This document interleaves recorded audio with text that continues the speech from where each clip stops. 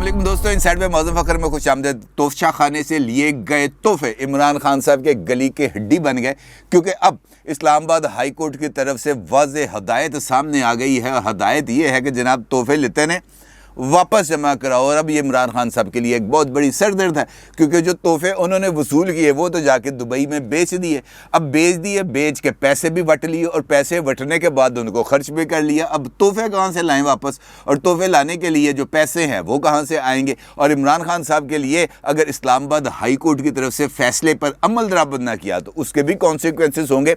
यानी इमरान खान साहब का वो सवाल कि रात 12 बजे अदालतें क्यों खुलती हैं, उनके लिए बहुत बड़ी मुसीबत पैदा करता जा रहा है, क्योंकि ये मामला अब आगे बढ़ता हुआ चला जाएगा। इस्लामाबाद हाई कोर्ट के अंदर आज जस्टिस गुल साहब ने, मियाँ गुल हसन साहब ने एक अहम तरीन मुकदमे की जो तोशाखाना केस से मुंसलिक था उसकी ना सिर्फ समाअत की बल्कि अहम तरीन ऑब्जर्वेशंस भी दी। इन अहम तरीन ऑब्जर्वेशंस पर आपके साथ बात करूँगा। आपको ये भी बताऊँगा कि उन्होंने सिर्फ इमरान खान साहब नहीं बल्कि तोशाखाना केस का जो दायरा है वो 20 साल तक फैला दिया है, और 20 साल के साथ साथ उन्होंने और भी बहुत सारी हदायत जारी की है। इसके ऊपर तफसील से बात करूंगा, लेकिन उससे पहले बात करते हैं जनाब पंजाब की, जहां पर सियासी सर्कस बहुत ज़्यादा तेज़ हो गया है। और सियासी सर्कस अब एक ऐसी सूरत हाल इख्तियार कर चुका है जहां पर अब वो मौका आ गया जब लोग यूँ करके पीछे टेक लगा के बैठें, पॉपकॉर्न्स अपने हाथ में रखें और देखें कि जनाब अब ये जो तमाशा है ये किस तरफ जाएगा। ये जो अब मौत के कुएं के अंदर अब मोटरसाइकिल चल रही है, ये कैसे चलेगी। ये जो मदारी एक तार पे चल रहा है, ये अपने बैलेंस को बरकरार रखेगा। ये नहीं, इंपॉर्टेंट डेवलपमेंट होती जा रही है। दिलचस्प डेवलपमेंट ये है कि जनाब गवर्नर पंजाब उमर सरफराज चीमा साहब, जिनकी बरतरफी के लिए, जिनको उहदे से हटाने के लिए वज़ीर आज़म साहब ने समरी भेजी हुई है ईवान सदर, और उनको किसी भी वक्त उस समरी की रोशनी में हटाया जा सकता है। ज़्यादा से ज़्यादा 15 दिन नहीं, 20 दिन, 20 दिन नहीं, 25 दिन तक वो रहेंगे गवर्नर, इससे आगे तो वो चल नहीं सकते। लेकिन वो जितने देर तक पंजाब के गवर्नर रहेंगे ये सर्कस उन्होंने चला के रखना है। अब रिसेंटली वाक़या ये हुआ कि उन्होंने अपने प्रिंसिपल सेक्रेटरी को ओहदे से हटाने का हुक्म दे दिया, और वो हुक्म भिजवा दिया उन्होंने चीफ सेक्रेटरी पंजाब को, क्योंकि प्रिंसिपल सेक्रेटरी साहब ने गवर्नर साहब को ये राय भेजी, एक ख़त लिखा बाज़ाब्ता तौर पर, जिस पर उन्होंने कहा जनाब तुसी की करी जा रहे हो, आपका मैंडेट नहीं है ये कि आप कानूनी मुशगाफियों में पढ़ें, आप उससे रिपोर्ट तलब करें, आप उससे रिपोर्ट तलब करें, और उन रिपोर्टर पार्टी के चक्कर के अंदर आप नौ मुंतखब जो चीफ मिनिस्टर हैं उनकी हलफ बर्दारी को मौखर कर दें। इसका आपके पास इख्तियार नहीं है। आइन और कवायद के मुताबिक चीज़ वाज़ेह तौर पर लिखी है कि पंजाब असम्बली के अंदर जो बंदा कायदे ईवान मुंतखब होगा उसका जो वोट है वो काउंट होगा, और उसके बाद जो नोटिफिकेशन है वो स्पीकर ऑफिस जारी करेगा, और स्पीकर ऑफिस जो नोटिफिकेशन जारी करेगा उसके तहत गवर्नर साहब ने हल्फ लेना है। ज़्यादा से ज़्यादा ये है कि आप हल्फ नहीं लेना चाहते, आप ना लें। आप chief Justice Lahore High court साहब को जो है उनको रिक्वेस्ट करें कि जनाब वो आप बिज़ी हैं, वो आगे हल्फ ले लेंगे, मामला ख़त्म हो जाएगा। लेकिन आपने जिस तरीके से इस मामले को उलझा के रखा है वो सूरत हाल किसी हद तक मुनासिब नहीं है। अब प्रिंसिपल सेक्रेटरी साहब की जो ये राय है ये उमर सरफराज चीमा साहब को बुरी लगी। उन्होंने कहा यार ये तो मेरे सारे के सारे एजेंडे की ये ऐसी तैसी फेरने लगा, लिहाजा उन्होंने नई पॉलिसी बनाई। नई पॉलिसी ये बनाई कि उन्होंने कहा जनाब ये जो प्रिंसिपल सेक्रेटरी साहब हैं इन्हीं को ओहदे से हटा दिया जाए। और उन्होंने एक ख़त लिखा और जिसके अंदर एक हुक्मनामा टाइप लिखा, और उसमें कहा गया कि ना मैं अपने प्रिंसिपल सेक्रेटरी से बड़ा तंग हूँ, ये प्रिंसिपल सेक्रेटरी ने मेरे नाक में दम किया हुआ है, लिहाजा इसको तब्दील किया जाए। वो ख़त भेज दिया उन्होंने चीफ सेक्रेटरी को। अच्छा, चीफ सेक्रेटरी साहब ने आगे से उस ख़त के ऊपर उनको जवाब दिया कि जनाब आपके पास प्रिंसिपल सेक्रेटरी को हटाने का इख्तियार ही नहीं है, आप ये काम कर नहीं सकते। दूसरी बात ये है कि अब आपकी बरतरफी का आर्डर जा चुका है, किसी भी वक्त आप बरतरफ हो सकते हैं, लिहाजा ये प्रिंसिपल सेक्रेटरी यही है, एने कम रखना है, तनु वारा खांदा ठीक है, नहीं वारा खांदा ताड़ी मर्जी। अब ये दो टोक जवाब मिल गया उमर चीमा साहब को। दूसरी जानिब उमर चीमा साहब ये जो हल्फ का मामला है इसको बहुत ही ज़्यादा जो है लटकाना चाहते हैं, और इसके लिए वो ये चाहते हैं कुछ ऐसा बंदोबस्त किया जाए कि ये पूरी की पूरी कहानी बिल्कुल ही उलट हो जाए। और इसलिए नया शोशा ये छोड़ा गया कि जनाब उस्मान बुज़दार साहब का जो इस्तीफ़ा है वो टेक्निकली बुनियाद पर उसको नॉकआउट कर दिया जाए। और ये इसके लिए एडवोकेट जनरल अहमद अवैस साहब ने एक ख़त तहरीर किया, और उस ख़त के अंदर उनका ये कहना था कि जनाब ये आइन का आर्टिकल 113 का सेक्शन 8 उसके तहत तो इस्तीफ़ा जो है चीफ मिनिस्टर का वो हुआ ही नहीं है, लिहाजा उसके बाद का जो सारे का सारा अमल है वो मशकूक है और वो आईनी तकाजे चूँकि पूरे नहीं करता, लिहाजा अभी भी जो चीफ मिनिस्टर हैं वो उस्मान बुज़दार साहब हैं। इस राय के आने के बाद लाहौर हाई कोर्ट के अंदर एक एप्लीकेशन फ़ाइल कर दी जाती है और उस एप्लीकेशन के अंदर ये मुतालबा किया जाता है लाहौर हाई कोर्ट से कि जनाब आप ये जो है नोटिफिकेशन जो है जो नया इंतखाब है हमज़ा शहबाज साहब का, इसको काला दम करार दें और जो उस्मान बुज़दार साहब हैं उनके जो इस्तीफ़ा है और उसके बाद वाले जो तमाम मामलात हैं उनका जायज़ा लें एडवोकेट जनरल की उस ओपिनियन के साथ जो उन्होंने भेजी है गवर्नर पंजाब साहब को। लिहाजा ये जो मामला है, ये जो पंजाब का जो मैं आपको सर्कस कह रहा हूँ ना, ये अभी जारी है। अब लाहौर हाई कोर्ट के अंदर ये रिट पिटिशन फाइल कर दी गई है और उस्मान बुज़दार साहब को इस वक्त तक आईनी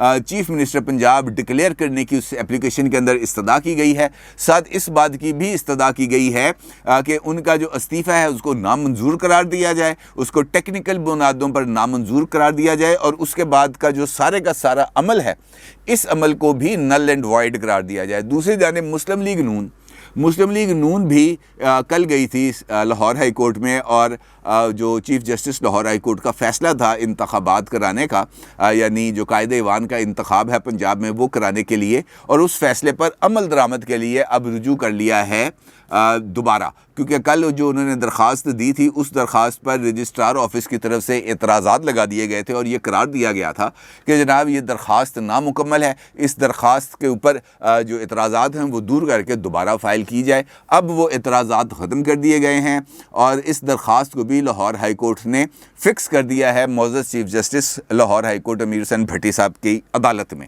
अब ये मामला चला गया जनाब अदालत में। उस्मान बुज़दार साहब चीफ मिनिस्टर रहेंगे या हमज़ा शहबाज साहब चीफ मिनिस्टर बनेंगे। अब ये जो मामला है इस मामले का हतमी फ़ैसला होगा लाहौर हाई कोर्ट में। अब देखना ये जो दिलचस्प इसके अंदर जो मैंने आपसे कहा था ना, फिल्म चल रही है, आप पॉपकॉर्न्स लेके बैठें, कोका कोला पास रखें, इफ्तारी के बाद यूँ टेक लगा के सीट पे बैठें और देखें कि क्या होने जा रहा है। क्योंकि अगर जो चीफ जस्टिस हाई कोर्ट हैं वो उस्मान बुज़दार साहब के इस्तीफ़े को टेक्निकली नॉकआउट करने की जो पिटीशन है उसको इसके साथ जोड़ के दोनों मुकदमात का एक साथ समाअत करेंगे तो ये मामला एक दिलचस्प रुख इख्तियार करेगा और इसमें जीत हार जिस मर्ज़ी की भी हो, लेकिन ख़बरों की जो जीनत है ये मामला रहेगा और आगे बढ़ता चला जाएगा। अब यहाँ पर भी मामला रुकता नहीं है। अब उस्मान बुज़दार साहब चीफ मिनिस्टर अपने तौर पर बने फिरते हैं, हमज़ा शहबाज साहब चीफ मिनिस्टर इलेक्ट का प्रोटोकॉल लिए जा रहे हैं। वो कहते हैं जनाब हल्फ लो को, बंदा हल्फ लेने के लिए तैयार नहीं है। पंजाब के अंदर जो ब्यूरोक्रेसी है उसको पता चल गया है कि हमज़ा शहबाज साहब के जो वाला साहब हैं वो इस वक्त बन गए हैं पाकिस्तान के वज़ीर आज़म। लिहाजा यहाँ पर एक ऐसी सिचुएशन बन चुकी है कि कोई भी किसी का हुक्म मानने सुनने के लिए तैयार ही नहीं है। उस्मान बुज़दार साहब को कोई चीफ मिनिस्टर मानने को तैयार नहीं है और हमज़ा शहबाज साहब वज़ीर आला बनने के बावजूद वज़ीर आला के इख्तियारात इस्तेमाल करने से कासर हैं। एक अजीबोगरीब सी सिचुएशन बन गई है। ब्यूरोक्रेसी का इस वक्त जो टिल्ट है वो आ गया हमज़ा शहबाज साहब की तरफ, लेकिन हमज़ा शहबाज साहब हल्फ लेने से पहले किसी किस्म का कोई ऑर्डर पास नहीं कर सकते। एक अजीबोगरीब एक मेसी सी सिचुएशन बन चुकी है। इस मेसी सी सिचुएशन के अंदर जब एंट्री डाली है इस्लामाबाद हाई कोर्ट ने तो उसने सूरत हाल को और भी ज़्यादा दिलचस्प बना दिया, क्योंकि इमरान खान साहब ने अपने 4.25 साल के इक़्तिदार के अंदर जितने भी तहाइफ वसूल किए वो सारे के सारे उन्होंने यूं करके समेटे और घर ले गए। कुछ तहाइफ की उन्होंने कीमत अदा की, मजमूई तौर पर उनको 136 तहाइफ मिले, जिसमें से 112 तहाइफ जो इतलात हैं फैक्ट फोकस की जो रिपोर्ट है 112 तहाइफ उन्होंने जनाब कोई 1 रुपया अदा किए बगैर ही उन्होंने हज़म कर लिए। बाकी जो तहाइफ थी उसकी उन्होंने कुछ कीमत अदा की और उसके बाद उन तहाइफ को जाके दुबई की मार्केट में बेच दिया गया और 18 करोड़ रुपए उन्होंने वट लिए। अब इस सूरत हाल के अंदर जो सिचुएशन है वो ये बन गई कि इस्लामाबाद हाई कोर्ट के अंदर चूँकि मुकदमा था ज़ेर समात और उस मुकदमे के अंदर चूँकि वो इस्लामाबाद के जो जर्नलिस्ट हैं राना इब्रार खालिद साहब, उन्होंने काफ़ी अरसे से इस मुकदमे की वो कर रहे हैं पैरवी, क्योंकि उससे पहले उन्होंने दरख्वास्त दी कि जनाब इस्टेब्लिशमेंट डिवीज़न को कि मुझे डिटेल्स दी जाएं, उनको डिटेल्स नहीं मिली। फिर उन्होंने वजारत इत्तलात में एक्सेस फॉर इंफॉर्मेशन एक्ट के तहत उन्होंने वहाँ पर दरख्वास्त की, उनको वहाँ से इंफॉर्मेशन नहीं मिली। फिर गवर्नमेंट ने इस सारे मामले पर स्टे लेने के लिए इस्लामाबाद हाई कोर्ट में रुजू कर लिया और इस्लामाबाद हाई कोर्ट में फिर ये मामला आगे चलता रहा। वहीं पर इस्लामाबाद हाई कोर्ट के अंदर ही उस वक्त की हुकूमत की तरफ से ये कहा गया कि जनाब ये जो तहाइफ हमें मिले हैं गैर मुल्की ममालिक से, ये तहाइफ की हम डिटेल्स नहीं दे सकते क्योंकि इनकी डिटेल्स पब्लिक करने से कौमी सलामती जो है वो दाव पर लग जाएगी, मुतासर होगी, हमारे दीगर ममालिक के साथ जो ताल्लुकात हैं वो भी मुतासर होंगे। आज इन सारे मामलात का अहाता किया गया है जस्टिस मियां गुल हसन औरंगज़ेब साहब की तरफ से।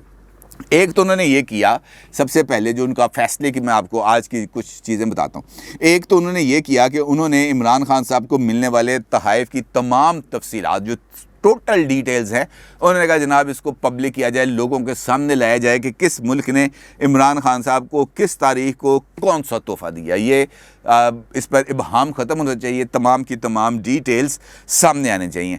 इसके साथ साथ जो उनका ये कहना था, इस्लामाबाद हाई कोर्ट ने अपने रिमार्क्स में उनका ये कहना था कि ये पॉलिसी होनी नहीं चाहिए कि जनाब आप कुछ पैसे दें, जिस तरह इमरान खान साहब ने एंकर्स के साथ गुफ्तगू में कहा कि जनाब हमसे पहले ये पॉलिसी थी कि 20% लोग पैसे देते थे और तोहफ़ा ले जाते थे, हमने तो इसकी रकम में इजाफा किया, हमने तो 20% को कर दिया 50% और उसके बाद मैंने तोहफ़ा ख़रीदा, मेरा तोहफ़ा मेरी मर्ज़ी, आपको क्या है प्रॉब्लम इसमें।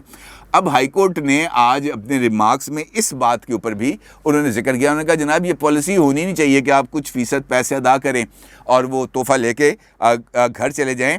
इसका मतलब ये होगा ऐसी पॉलिसी का कि आपने तोहफ़ों की एक लूट सेल लगा ली है, जिसका दिल करता है वो उस लूट सेल में आता है। और दिलचस्प बात यह है कि इन तोहफ़ों की मालियत का तयन करने के लिए कि मतलब ये तोहफ़ा बाहर से मिला है मुझे, अब इसका कीमत का जो तयन है वो कोई इंडिपेंडेंटली इसका तयन नहीं किया जाएगा, कोई जो मार्केट प्राइस है वो इसकी नहीं लगाई जाएगी, बल्कि इसके लिए एक बनती है कमेटी, उसको कहते हैं असेसमेंट कमेटी। असेसमेंट कमेटी बनती है ब्यूरोक्रेसी पर मुश्तमिल, और वो अगर सपोज़ इस तोहफे इस पेन की कीमत है 100 रुपया, तो वो इसकी कीमत लगाएंगे 10 रुपये। अब 10 रुपये में से 50% अदायगी कर दी जाए तो 5 रुपये बनती है। अब उसका चूँकि एक शफाफ मैकेनिज़्म नहीं है, लिहाजा तोहफे की मालियत के ऊपर भी बहुत ज़्यादा सवालात उठते हैं, और इसी का जिक्र किया मियाँ जस्टिस गुल हसन औरंगज़ेब साहब ने। इस पर उनका ये कहना था कि ये जो तोहफ़ा है ये किसी शख्सियत को नहीं मिलता। अगर इमरान खान साहब हैं, नवाज शरीफ साहब हैं, आसिफ अली ज़रदारी साहब हैं, या कोई भी हो, ये तोहफ़ा शख्सियत को नहीं मिलता। आसिफ अली ज़रदारी को नहीं मिलेगा, नवाज शरीफ को नहीं मिलेगा, इमरान खान को नहीं मिलेगा। ये तोहफ़ा मिलता है हुकूमत पाकिस्तान को, रियासत पाकिस्तान को। लिहाजा इस तोहफ़े की जो मलकियत है वो भी रियासत पाकिस्तान के पास ही होनी चाहिए। ये नहीं होना चाहिए कि तोहफ़ा मिले रियासत को और रियासत के लिए खिदमात सर अंजाम देने वाला वो तोहफ़ा लेके घर चले जाए। लोग आते जाते रहते हैं, ये अदालत के रिमार्क्स हैं, लोग आते हैं चले जाते हैं, वज़ीर आज़म ऑफिस वही रहता है। और उसके साथ साथ अदालत ने इस बात की तरफ भी इशारा किया, उन्होंने कहा जनाब आप गूगल पे चले जाएँ, आपको तमाम डिटेल्स मिल जाएंगी, ख़ास तौर पर उन तहाइफ की जो पाकिस्तान ने दीगर ममालिक के जो अहम तरीन शख्सियात हैं, उनके जो उनके प्रेसिडेंट्स हैं, प्राइम मिनिस्टर्स हैं, मिनिस्टर्स हैं, उनको जो दिए हैं तहाइफ, उनकी तमाम डिटेल्स आपको गूगल पे मिल जाएंगी। आपको पता चल जाएगा कि आप पाकिस्तान की तरफ से जो तोहफ़ा दिया गया किसी मुल्क को, वो तोहफ़ा कहाँ पे है, वो तोहफ़ा क्या था, उसकी मालियत कितनी थी, और इस वक्त वो तोहफ़ा कहाँ पर मौजूद है। दुनिया के अंदर जो मैकेनिज़्म है वो इस हद तक शफाफ है। यहाँ पर तोहफ़े मिलते हैं और जाके इंटरनेशनल मार्केट में बेच दिया जाता है, ये कोई तरीक़ाकार नहीं। उनका ये भी कहना था कि जनाब हुकूमत, बेहतर यह है कि हुकूमत इस सारे मामले की और इस कानून की तशरीह करे, अदरवाइज़ हम इसकी तशरीह कर देंगे, ये जो तोहफ़ा रखने का जो मामला है इसकी तशरीह कर देंगे। अब अगर तशरीह हो जाती है तब तो बहुत अच्छी बात है, लेकिन इस वक्त जो सूरत हाल बन गई है वो ख़ास तौर पर इमरान खान साहब के लिए मुश्किल में है। अगरचे अदालत ने कहा है कि 20 साल, इब्तदाई तौर पर उन्होंने कहा है कि 20 साल के अंदर इस मुल्क में जो जो हुक्मरान रहा है, चाहे वो परवेज़ मुशर्रफ साहब हैं, चाहे वो शौकत अजीज़ साहब हैं, चाहे वो आसिफ अली ज़रदारी साहब हैं, चाहे वो यूसुफ रज़ा गिलानी साहब हैं, चाहे राजा परवेज़ अशरफ हैं, चाहे नवाज शरीफ हैं, शाहिद खाकान अब्बासी हैं, या इमरान खान हैं, ये जो 20 साल के अरसे के अंदर जो लोग रहे हैं पाकिस्तान के अंदर हुकूमतों में, इन तमाम अफराद से वो तोहफ़े वापस वसूल किए जाए और उनको सरकारी ख़जाने में जमा कराया जाए। अब जिन जिन के पास इस ऑर्डर के तहत जिन जिन के पास वो तोहफ़े हैं वो वापस करेंगे, वो सरकारी ख़जाने में जमा करा दिए जाएंगे। लेकिन मसला तो उनका है जिन्होंने तोहफ़े वसूल किए और तोहफ़े बेच दिए। अब जो तोहफे जिसने बेच दिए वो तोहफा अब वापस कहाँ से लेके आएगा? अब अगर वो तोहफे के पैसे भी वट लिए हैं, पैसे भी खड़े कर लिए हैं, पैसे खर्च भी कर दिए हैं, तो अब उसके लिए क्या होगा? क्या दोबारा 100 रुपए का चंदा वसूल किया जाएगा? क्या तोहफों की मालियत सरकारी खजाने में जमा कराने के लिए एक नई फंड रेजिंग शुरू की जाएगी? ये एक इम्पॉर्टेंट सवाल है। इस्लामाबाद हाई कोर्ट को इस सवाल के ऊपर भी गौर करना चाहिए कि इस मसले को कहाँ कैसे हल किया जाएगा।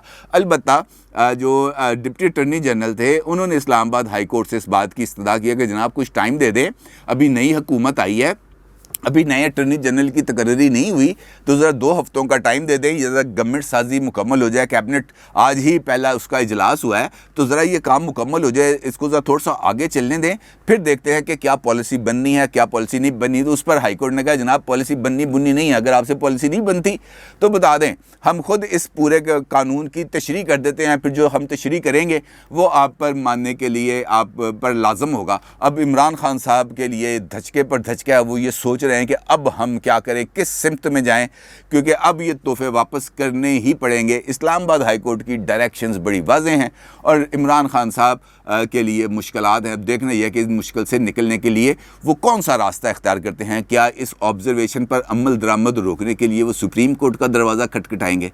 इंपॉर्टेंट सवाल है। अपनी राय का ज़रूर इज़हार कीजिएगा। आपका बहुत शुक्रिया। अल्लाह हाफिज़।